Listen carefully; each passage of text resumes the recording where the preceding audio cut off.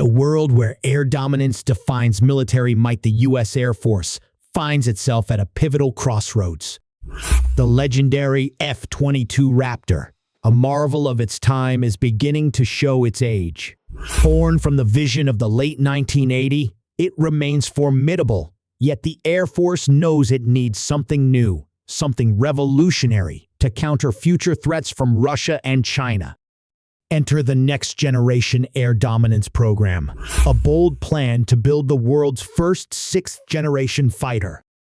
But the road to next-generation air dominance has hit an unexpected detour.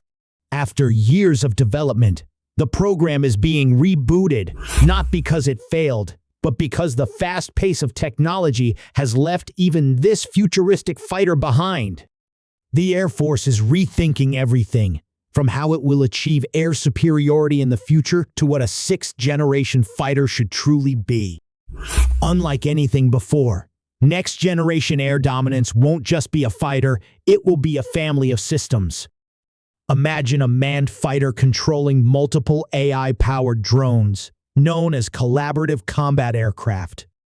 These drones won't just fly alongside the jet, they'll act as extra eyes, ears, and weapons, multiplying its combat potential while keeping human pilots out of harm's way. But there's more. Emerging technologies like advanced sensors, AI co-pilots, and even lasers may become part of the next-generation air dominance package.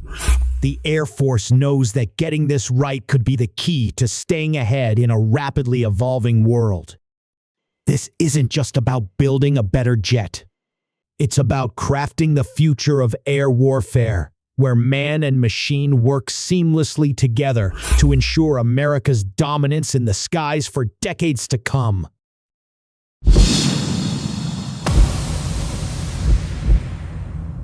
Subscribe to our channel and press the bell icon if you like our content.